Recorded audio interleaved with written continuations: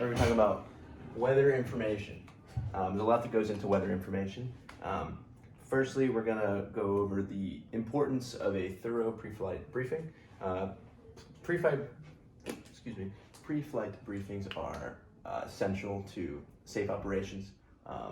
There's so much information included in a pre-flight briefing or weather briefing that you just can't miss out on. So we're going to go over the importance of it. So just make it quick here.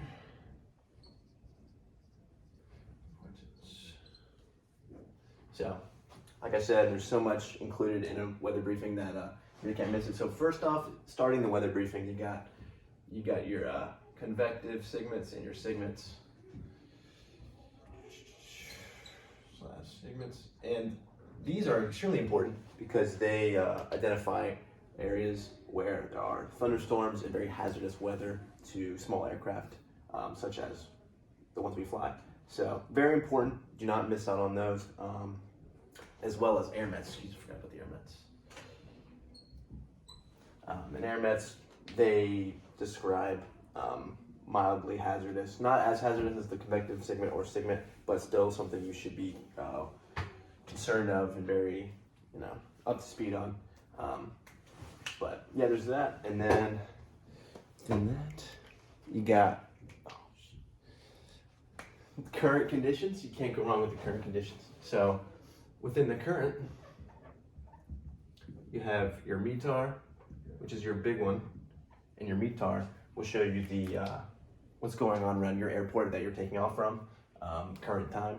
So that will give you wind direction, wind speed, precipitation. You got your dew point spread, stuff like that. And that will, if the METAR looks bad, pretty much there's your go or no go decision right there. If you are not instrument rated, if the conditions are that bad. But so the importance of reading a METAR is very high, as it gives you straightforward information on whether or not you should go out to fly for that day. Moving on, after the METAR, you have your forecast. So included in forecasts would be, for example, your TAF, your terminal aerodrome forecast. And a TAF is valid for up to 24 or 30 hours. And they are very important in giving you situational awareness on what is happening later on at your destination, or even your home airport if you are coming back to your home airport for that day. So a TAF is extremely important, very similar to a METAR. They explain basically the same things that METAR does with the wind speed, direction, all that, but just at a later time. And they can be extremely helpful in determining whether or not you should go make your adventure to your airport, or even for training days purposes and stuff like that. Very important. So TAF is used for that. You can also use GFA tool. So I'm actually gonna pull one up right now. The graphical forecast is very cool as well, because it's a map of the United States.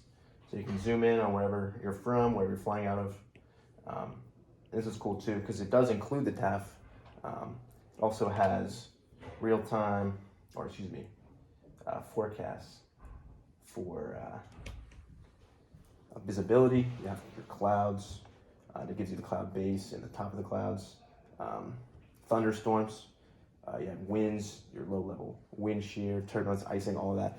And it'll give you a forecast for those options that you choose. And there's also a time slider bar here, so you can adjust the time for when you are coming back to your specific flight. And yeah, it's just a very sweet tool to use, give you more visual. If you're more a visual learner, it's very, very nice to see. And maybe if it'll stick in your brain a little bit better, it's very good for planning as well.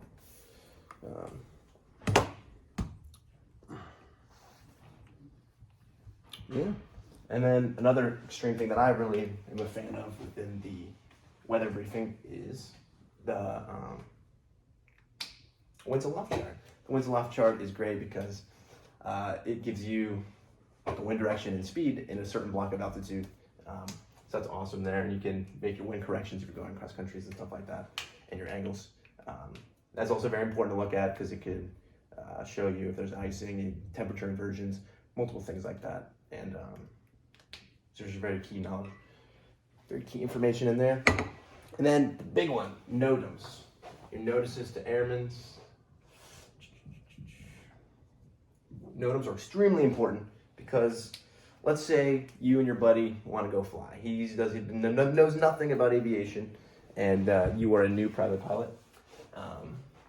And you skip over the NOTAM section because it's long and boring. You don't want to read it. So that could be very detrimental because let's say you and your friend, you pick them up, you go to visit some other friends at a nearby town, and you skip over the NOTAM. So you miss key information for that destination airport. The importance of knowing where you're going to and being knowledgeable is important for safety, not only that, but you have passengers now. So you want to make sure that you are as safe as possible, and skip over anything like that could be terrible. An important note to make, NOTAMs don't only bring up weather items, right? NOTAMs will show changes at an airport on the ground itself. So runway closure, taxiway closure, stuff like that. You definitely don't want to miss those fine details that can save your butt sometimes. But yeah, pretty much the importance of it is without a proper weather briefing, it can be risky to fly. Even if the sky looks clear, it might not be clear 6 hours from now. So you always want to read those fine details in the weather, the METARs, TAFs, and even especially the NOTAMs. And yeah, you can avoid flying in very dangerous situations by carefully reading, and it is extremely important. Not only that, it is included in 91-103 that you must be familiar with all of the pre-flight operations and everything that must be known to you. It's very important for you to know. But yeah, that's pretty much the importance of pre-flight weather briefing. Yeah, I'm gonna clear this up for you. Thank you.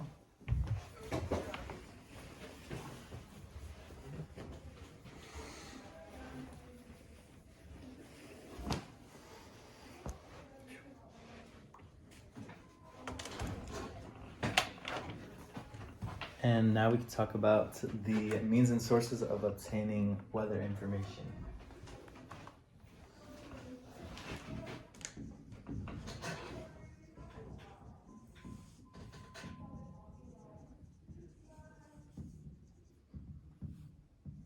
And I'm going to use the WX for weather, just so there's no confusion.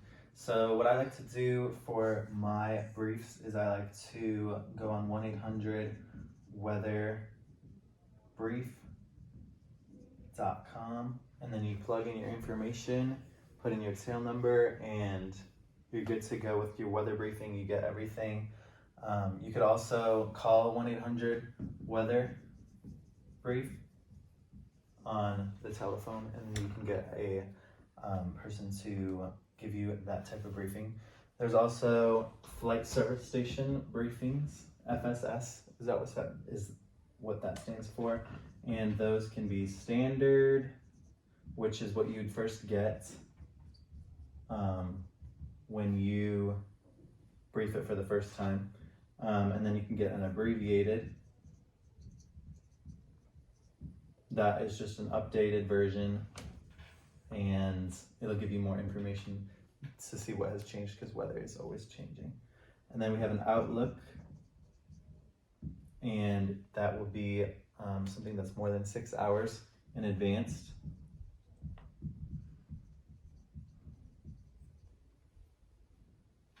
And then, of course, an in-flight briefing. If something has changed in flight, we don't have access to the internet and our computers, so we ask FSS, Flight Service Station, for weather information in the cockpit. There's a lot of information that should be included in all the weather briefing that we get, such as adverse conditions,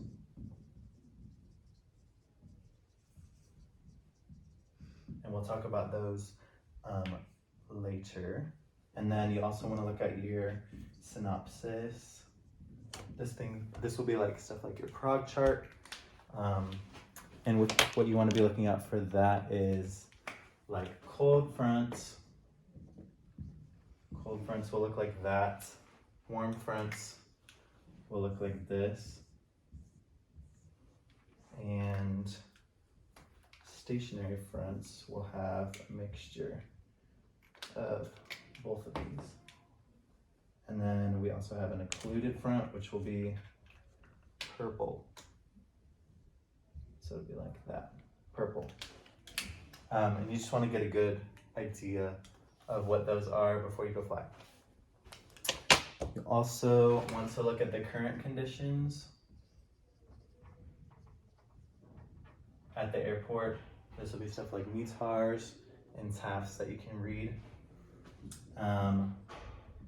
En route forecast for the airports that are on your way, just so you can know that the weather conditions will be stable. And then as well as your destination forecast. And like my CFI partner said, we also look at the winds aloft. This is super important to know what the winds are at your cruising altitude, and as well as the temperature and what the winds are looking like. And NOTAMs. You don't want to get to the airport and figure out that your airport's closed with the METAR. So you want to look at the NOTAMs to make sure that your airport's operational and everything. As well as ATC delays. If you were flying into, say, Charlotte and they had a lot of ATC delays, a lot of holding traffic, you wouldn't want to go to the airport because you'd just be stuck in the air. So you'd want to know that before. So that's what you're going to get on the ground before you go fly. Those are all super important, just so that you don't get in a situation where you are surprised by something in the air. In flight, there's many different things that you can be looking out for, such as an ATIS, Automatic Terminal Information Service is what that stands for. That's what we have at Lynchburg, and that will just tell you the current weather and like winds. So it's updated by ATC through machinery on the airfield. It'll give you a letter, so information, Alpha, Bravo, Charlie, stuff like that. And that stands for Automatic Information Terminal Station.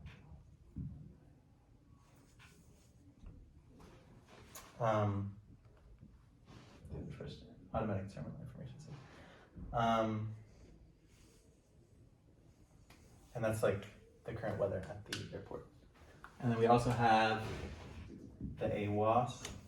This is at like an untowered airport. This is what we have at Brookneal. Automatic or automated surface weather observing system.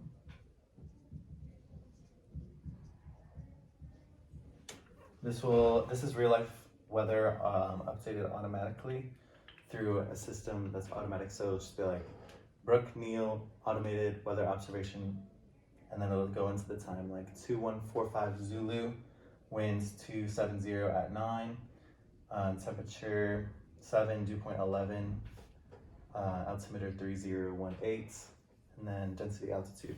It'll tell you all that automatically, and it changes. It doesn't change every hour like the ATIS does. It'll change as the weather changes with it. So it's super nice. And then we got our METARs, like we learned about already. Aviation, like a routine weather report. And this basically has everything that AWAS has, but there's two different kinds of METARs. There's gonna be routine ones. So this is what we get every hour. And then a specie,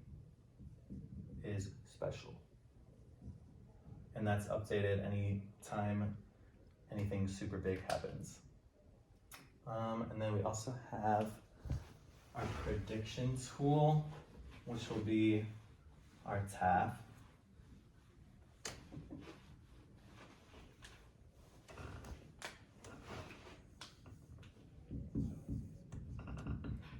Terminal,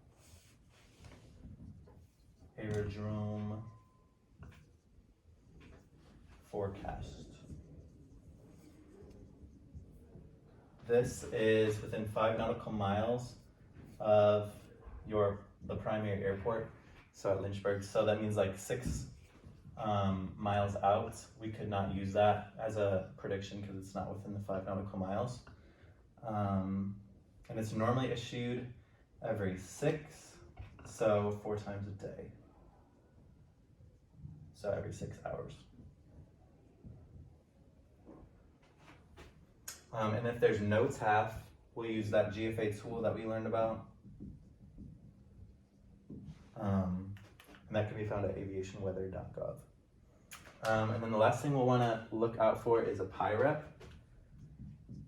And that stands for Pilot Report.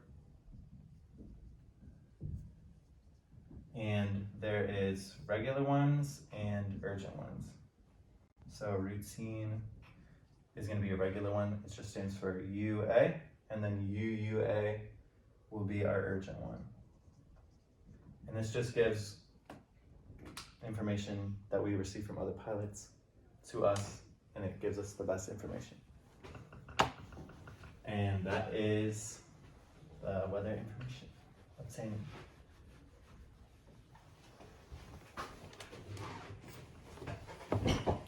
Right. So now we're going to move on to use of real-time weather reports, forecasts, and charts for developing advanced training. So real-time charts, real-time weather reports. First thing that comes to mind, METAR. So the METAR, we've kind of explained it quite a bit, but I want to show you what one actually looks like. It's a little tricky to read at first, but once you start understanding the identifiers and the codes, it's quite simple once you read it. So I'm actually looking at the Lynchburg METAR right now, and I'm going to write it out on the board for you to get a better view. So we got the Lynchburg identifier, KLMH.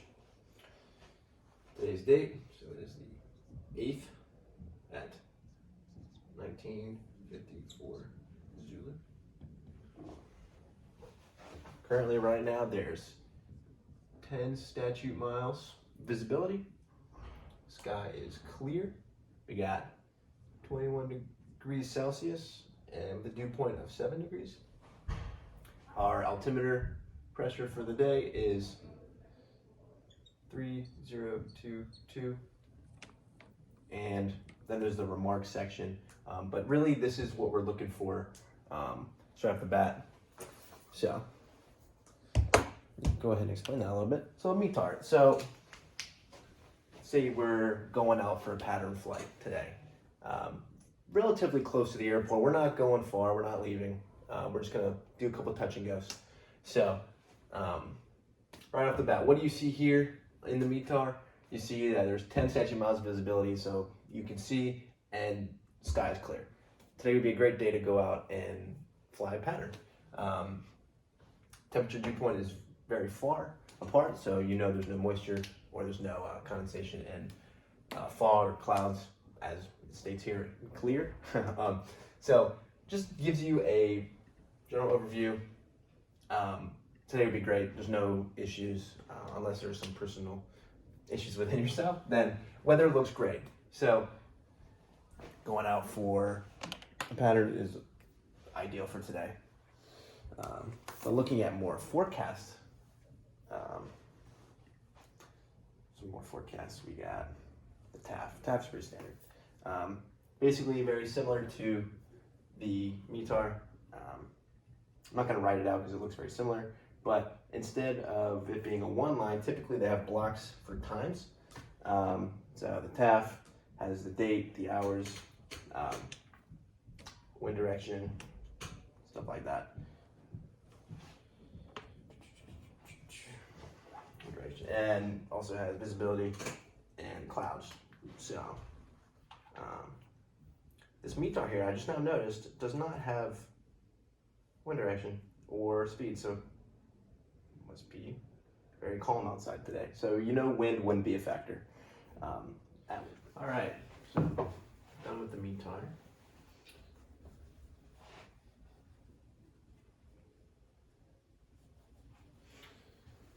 So moving on to using forecasts to develop scenario-based training. So go ahead and flip this marker. All right. So let's say you are a VFR pilot and you want to make a trip to St. Louis to visit some family. It's always visiting the family, right? So you plan on arriving around 5 p.m. So you look at the TAF, right? You look at the TAF for 5 p.m. And I'm going to write out a couple lines of the TAF just to give you a view of what I'm looking at here. So we got KSTL, the identifier.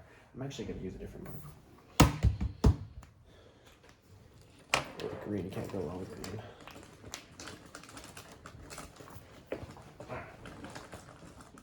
So you got your current time, you got the different blocks, right? So you have the different blocks of TAF. So you got the FM, so from 08 2300, and you will be departing to St. Louis on the 9th. So the 9th at 5 p.m. is when you plan on getting there. And so you have the from that on the 8th, 2300, so you already know that does not apply to you. Then it goes to there's another block from on the 9th at 0500. So there you go, you got the 9th, that pertains to you. And then you got the part of the TAF, so you got 130.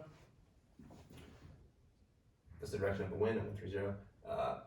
Coming in at 13 knots. It's pretty tame, but it's gusting to 23 knots.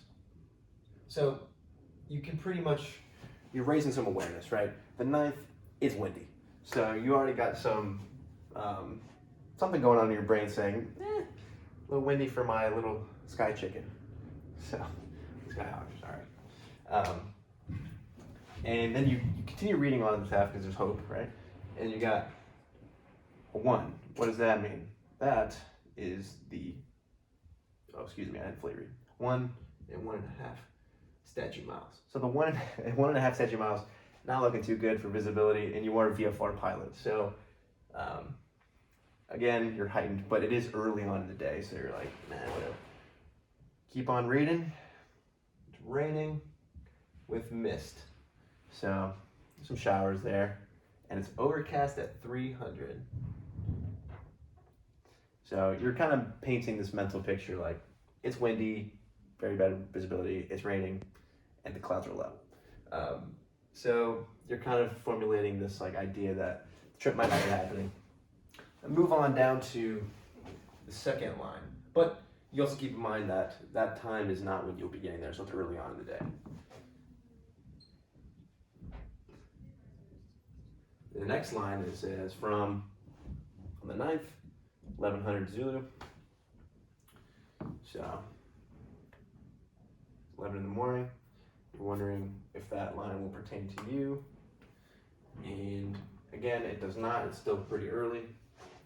And the wind direction, 210, 22 knots. Get high, and it's gusting 33 knots. So again, it's just climbing, not looking great. Sorry about that. But visibility has increased.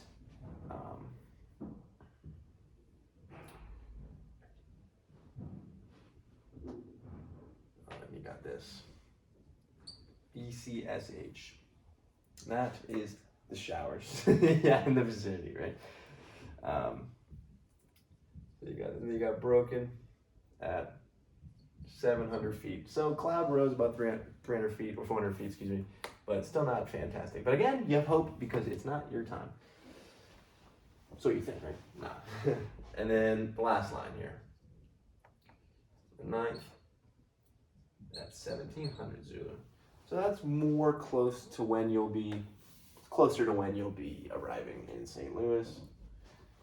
And winds 270, 17, gusting 27. So winds drop down a little bit. Again, 6 stench miles or plus, greater than, and then broken at 1500. I mean, you know what I mean. Boop. Get rid of that. Broken at 15. So, after looking at this TAF and determining that you'll be entering St. Louis around this time here, you kind of read off this block, and you're debating whether or not you should go broken at 1500. You're like, well, broken, you know, I could maneuver through, but safety probably not the safest. So I would refrain from going to St. Louis on the 9th to visit your family, as heartbreaking as that is. But it's a cool way to look at the TAF and really gauge what's going on in the real world, and especially knowing when you'll be arriving. However, in this scenario, it doesn't really matter if you were at 5 a.m. or anything like that. You're not gonna be making it through. So that's a good way to read a TAF. It's really create the scenario in your head on what will be happening. You definitely want to utilize a TAF as much as possible. Now, one of my least favorite charts. No, it's a good chart. So you have the surface analysis chart. And the surface analysis chart is giving you information on what's going on at the surface. And within the surface analysis chart, you can kind of create this there's a lot of information you can gather from this chart. So you can find out your fronts, your pressure systems, and the isobars. So the isobars are cool because identifies the pressure gradient, which can in return give you information on the velocity of the wind, and that can influence you as well, as we are flying smaller aircraft. But yeah, the surface analysis chart, you can kind of tell, so coming through, I guess the south, it's reaching Virginia a little bit, but you can see that there's this red line with these half circle humps, and it's colored red. So what that did, you can look at that and you can say, okay, so there is a warm front coming through, and a warm front can bring thunderstorms and not great weather. So you look at that. So I think we left off on the surface prog chart. So with the prog chart, the most crucial information on here is pretty much the fronts and the pressure systems. So there's a cool little acronym you can use to remember the direction and movement of my fault, sorry, for a high pressure system. So you got high dock, and high dock stands for, so the high pressure system moves downward, outward, and clockwise. And it's just a easy acronym to remember, because sometimes it can get confusing with the low pressure. And there is no low pressure acronym actually, it's just the opposite. So the low pressure would be upward, inward, and counterclockwise. And that's a cool little piece of information you can grab from the surface chart, surface analysis, and yeah, really, show the direction. And it's just a good mental note to take. So that is all I have for planned training scenario based. So. All right, next we have in-flight weather advisories.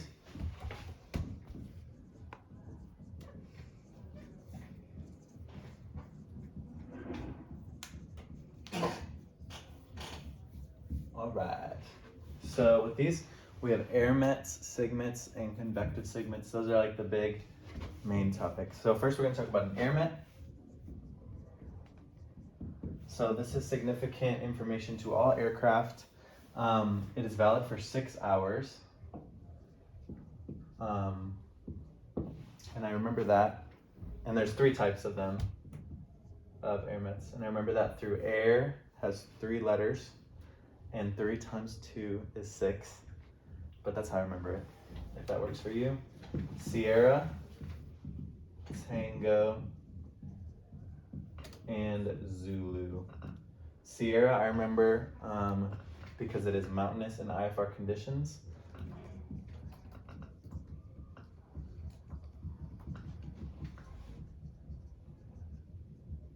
So in California and Nevada, there's the Sierra Mountains. That's how I remember that.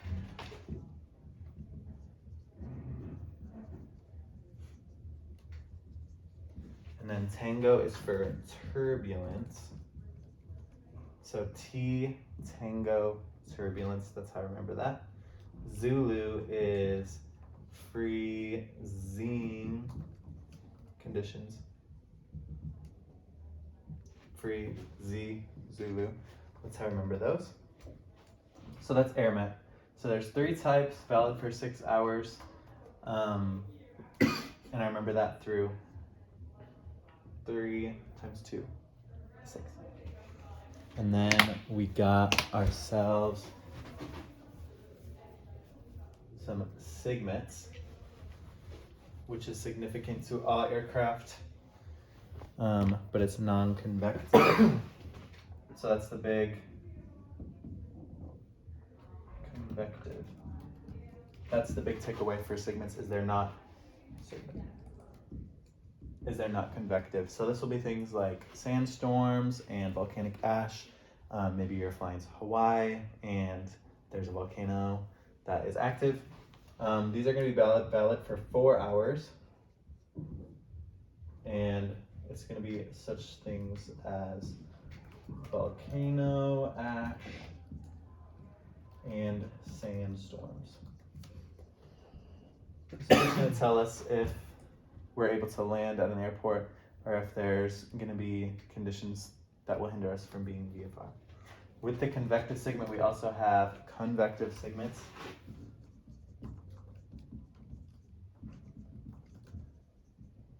And this is the opposite of the sigmet because the sigmet is non-convective and this one's going to be convective.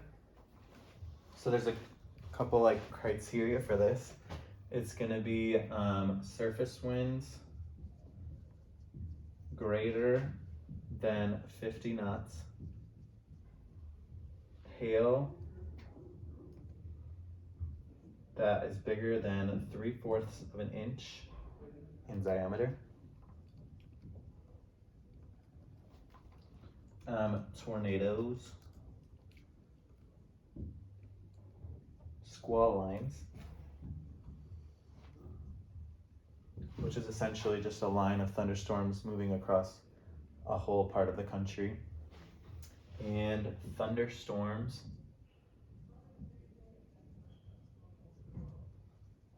with greater than 40%, I guess greater would be the symbol, greater than 40% coverage of the whole area in precipitation. So that's in-flight weather advisories. We got airmets, sigmets, and convective sigmets. These are going to be valid for, or they're going to be issued every 1 hour, and they're valid for 2. And the sigmets are valid for 4 hours. And next we have, I'll let that out. Yeah. Okay. We use red as well. That's good. Okay. Moving on to recognition of aviation weather hazards, including wind shear. So, we'll start out with wind shear. What is wind shear? Wind shear is a change in wind velocity and direction very rapidly. It can occur either horizontally or vertically. is most often associated with strong temperature inversions or diverse or density gradients. It can occur at high or low altitude. Doesn't matter the altitude. Wind shear can occur anywhere. So what I'm going to give you a couple points on how to detect wind shear. So, excuse me.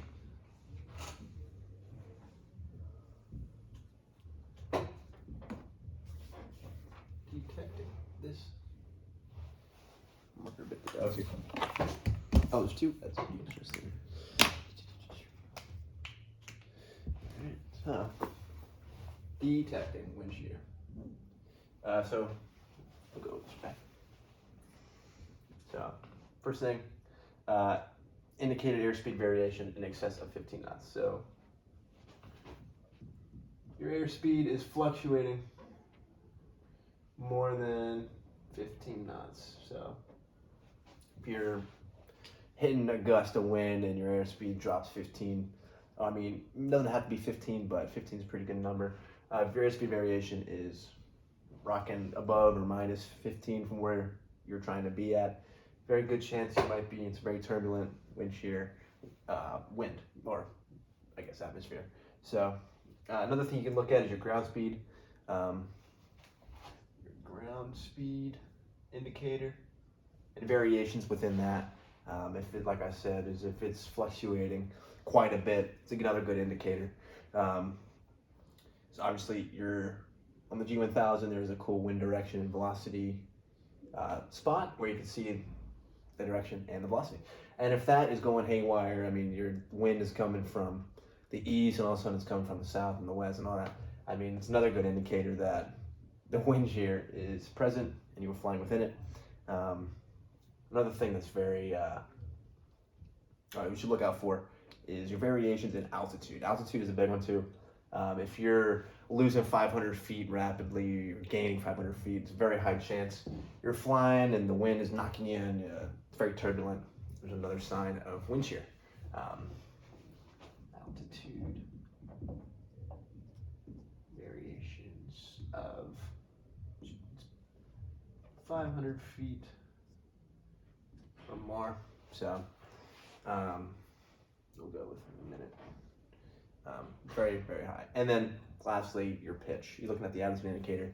You notice that your pitch in 5 degrees, or your pitch is just everywhere. Then it's another good indicator. So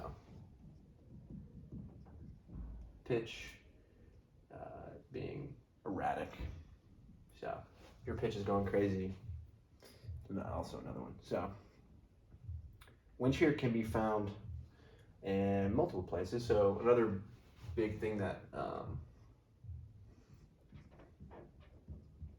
causes. You got detecting and why is it happening? Why is there a wind shear? It can be possible that you're flying near a thunderstorm or under one. And thunderstorms can create wind shear. It's very dangerous to fly near one. Convective clouds, so just also another place to find it. So like, yeah, microbursts. Microbursts are also another one. And then mountain waves. And with where we are here in Lynchburg, there are mountains. So it does get quite turbulent here sometimes. Just go ahead and put that in there. So looking out for wind shear, even in this area, is beneficial, and mountain waves could be a cause of that. Yeah, moving on. So that's pretty much wind shear. It's a way to detect it in the cockpit in real time. And these are some of the causes. Most likely, probably microburst or thunderstorm is nearby, and you're entering that parcel there. But we're gonna talk about thunderstorms for a quick second here as well. And thunderstorm, I'm just gonna talk about what makes up a thunderstorm and how far you should be away to avoid it by law. So, thunderstorms.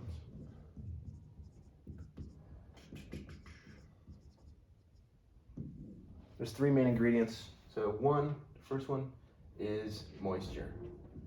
There's gotta be moisture present. Number 2 is a, I just had it. Yeah, unstable atmosphere. Maybe there's temperature inversion or just the standard lapse rate is not standard. And then 3, you just got to be like an upward force, or better word, lifting action, building action, something to lift the air up forward. Those are pretty much the 3 main ingredients. You want to stay about 20 miles away from a thunderstorm. Greater than 20 is probably best, but avoid by 20 miles. And also be wary of wind shear. So thunderstorms, you can't miss them. Convective signals will be issued.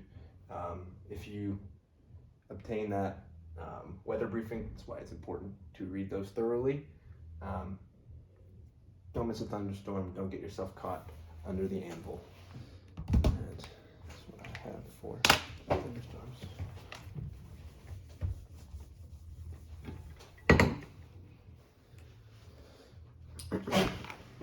All right.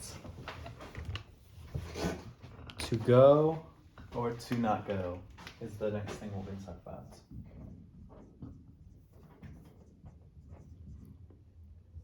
The decision making that goes into it. So first, is the weather improving or is it deteriorating? We don't want to go out if it's going to be super bad weather, and we want to make sure that we have all the information. And if it's getting worse, we don't want to be up in the sky. Is there icing conditions? This would be important to look out and make sure we can't go out and if there's icing conditions, so we got to look out for that. And then we got to look at all the forecasts.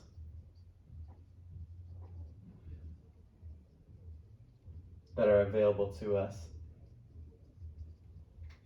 And then we can come to our personal minimums.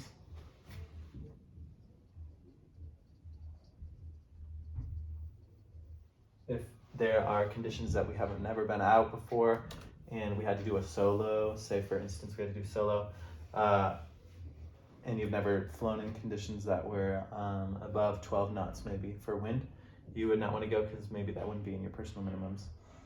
Some personal minimums that I like are from the FOM at Liberty, and it's just 20 knots if you're a rated pilot, 20 knots of wind, and then for a dual VFR day flight, it would be about 3,000 AGL of ceiling. Personally, I'd want a little more than that, so probably like 4,000. And I wouldn't want to go out if there's anything more than 20 knots. Basically, you just want to be in a position where you'd rather be in the air on the ground rather than being in the air wanting to be on the ground. So put yourself in a good situation where you're never wanting to be not in the airplane flying. Yeah. Yep.